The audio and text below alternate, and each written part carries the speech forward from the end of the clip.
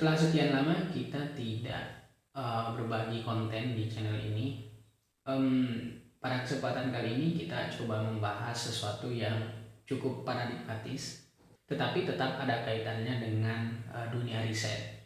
Kita akan membahas seputar bagaimana kita memiliki kerangka berpikir yang solid sehingga dalam menghadapi masalah, menangkap informasi dan membuat keputusan itu jelas bahwa kita punya struktur berpikir yang kuat sehingga kita bisa mengambil keputusan A, keputusan B, dan C. Jadi masing-masing sebenarnya kita itu memiliki cara berpikir masing-masing, dan kebanyakan orang itu tidak tahu framework berpikir yang dia pakai itu sebenarnya seperti apa sih bentuknya. Dan fatalnya lagi, bahkan ada beberapa orang yang tidak memiliki framework berpikir sama sekali. Akhirnya ini yang menjadikan mereka hanya ikut arus, mengikuti kebiasaan karena ingin diterima dalam komunitas misalnya, maka dia ikut di sesuatu yang biasanya disebut adat dan lain-lain.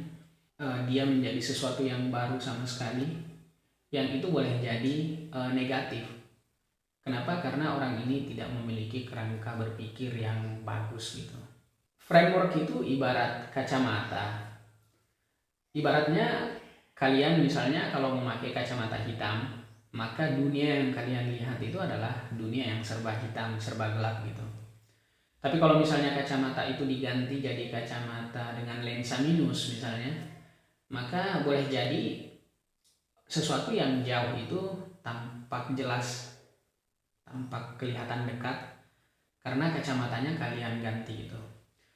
Nah, framework berpikir itu sebenarnya kayak kacamata. Bedanya kacamata itu untuk mata, sementara framework berpikir ini adalah untuk otak. Dimanapun, tanpa framework yang bagus, maka seseorang akan sangat intuitif, sangat bias dalam mengambil keputusan, terbawa oleh emosi pribadi, dan seterusnya. Olehnya itu, framework itu akan membuat kita menjadi lebih tajam, lebih terstruktur, dan lebih solid ketika melihat problem gitu.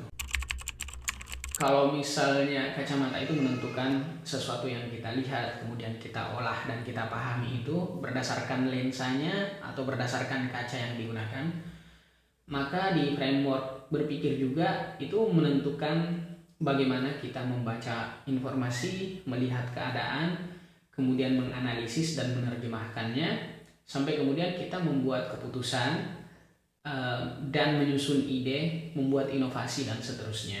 Dari hal yang paling sederhana sampai sesuatu yang sangat kompleks dengan dampak yang cukup besar. Tindakan kita itu dipengaruhi oleh cara kita berpikir. Misalnya saja pada saat kalian lapar, apa yang kalian lakukan? Apakah memasak atau membeli makanan secara online? Pada saat memilih makanan secara online misalnya, apa yang kalian pertimbangkan? Bagaimana kalian mencerna informasi? Nah, itu semua juga adalah struktur berpikir, tetapi dalam konteks yang sederhana untuk kepentingan sendiri, dan juga kalau misalnya kita memiliki kekeliruan di dalamnya, maka dampaknya tidak terlalu signifikan karena tidak ngaruh ke orang lain misalnya. Tetapi bayangkan kalau framework berpikir ini terus terbawa dan tidak pernah kita sadari dan pelajari dengan matang gitu, maka framework berpikir itu kemudian akan berdampak pada kebijakan publik ketika kita menjadi pejabat, kemudian pada keputusan bisnis ketika seseorang menjadi entrepreneur misalnya, pada solusi desain entah misalnya desain sistem atau desain produk ketika seseorang itu menjadi desainer, pada kepala keluarga ketika dia menjadi seorang ayah.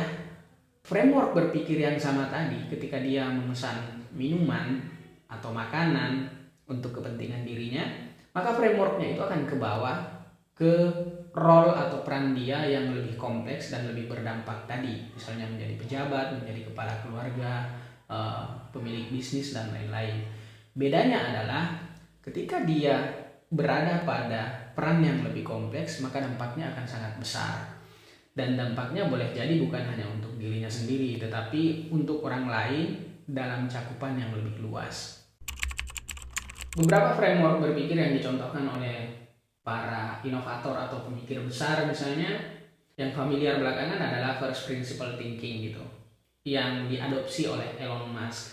Jadi Elon Musk tidak percaya begitu saja terhadap sesuatu sebelum dia mengurai sesuatu itu ke akarnya. Nah, dari akarnya kemudian dia memilah mana yang paling fundamental dan mana yang bisa disolusikan. Jadi solusinya itu berangkat dari akar yang telah diurai tadi. Kemudian Steve Jobs misalnya, dengan prinsip design thinking, dan ini ke belakang banyak diadopsi oleh banyak orang, bahwa sesuatu itu berangkat dari empati kemudian menciptakan solusi atau kreasi yang lebih intuitif. Kemudian para ilmuwan menggunakan kita kenal misalnya deductive reasoning dan positivism. Dia melihat bahwa segala sesuatu itu harus bisa diukur, harus bisa diuji, dan orang lain harus bisa mengujinya juga. Bukan cuma kita yang perlu mengujinya, tapi orang lain harus bisa mengujinya dengan tool atau perangkat yang sama yang kita pakai.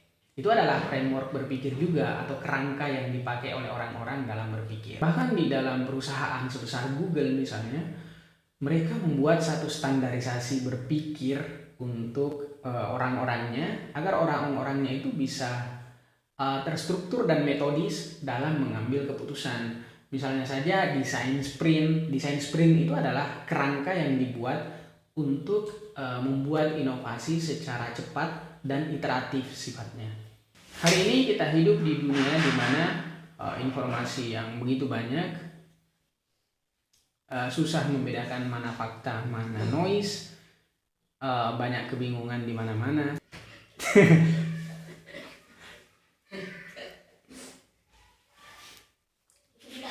Nggak boleh nanti kita masuk. Nanti masuk.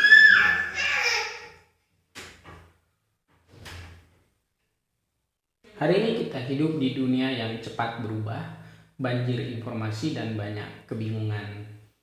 Framework berpikir ini akan membantu kita untuk memproses data, memilah mana fakta, mana sekedar noise, memilah mana yang sesuatu sifatnya sementara dan mana yang sifatnya sustainable gitu.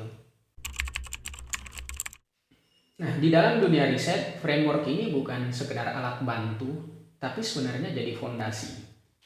Apakah misalnya kalian akan menggunakan critical theory, inductive reasoning, grounding theory, dan seterusnya, yang itu akan menentukan bagaimana kalian membaca realitas atau fenomena. Di sana kemudian dengan framework yang ada, seseorang itu jadi tidak asal-asalan dalam membuat keputusan dan membuat kesimpulan. Kemudian menjadi punya alat ukur tersendiri untuk memvalidasi apakah keterangan seseorang itu benar atau tidak. Kemudian bisa tahu apakah data yang dikumpulkan itu masih kontekstual per hari ini atau sebenarnya sudah usang beberapa hari yang lalu, dan seterusnya. Sehingga framework berpikir dalam dunia riset itu adalah fondasi sebenarnya. Misalnya dalam social research, framework ini akan menentukan apakah yang kalian lakukan itu hanya sekedar mengamati, nge-capture sesuatu apa adanya, atau ada misi pemberdayaan di baliknya.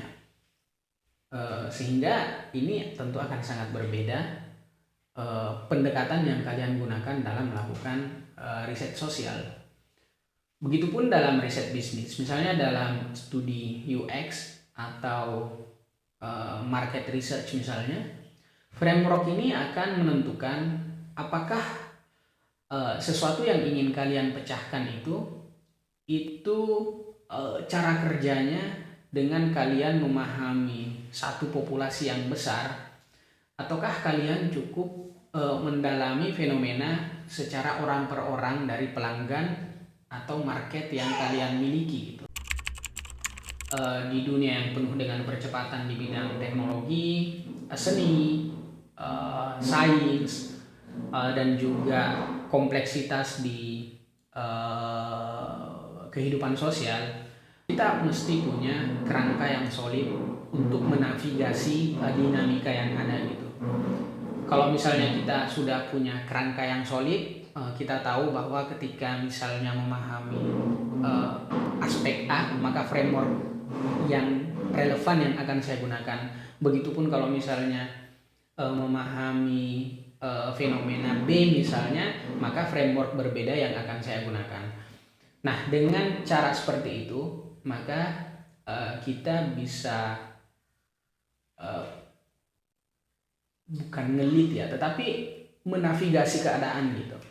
Menavigasi keadaan untuk melihat bagaimana sih sebenarnya situasi dan dinamika sekarang gitu. Baik itu dalam konteks sosial maupun dalam konteks bisnis, apalagi kalau misalnya konteksnya itu inovasi gitu. Dan framework ini sebenarnya bisa ditularkan ke dalam tim yang kecil ataupun besar setelah kita bisa membangun budaya yang solid gitu. Penjelasan dari masing-masing framework tadi dan juga framework yang lain yang tidak sempat disebutkan itu akan kita bahas di video berikutnya. Olehnya itu jangan lupa subscribe, kasih komentar, dan lonceng notifikasinya diaktifkan.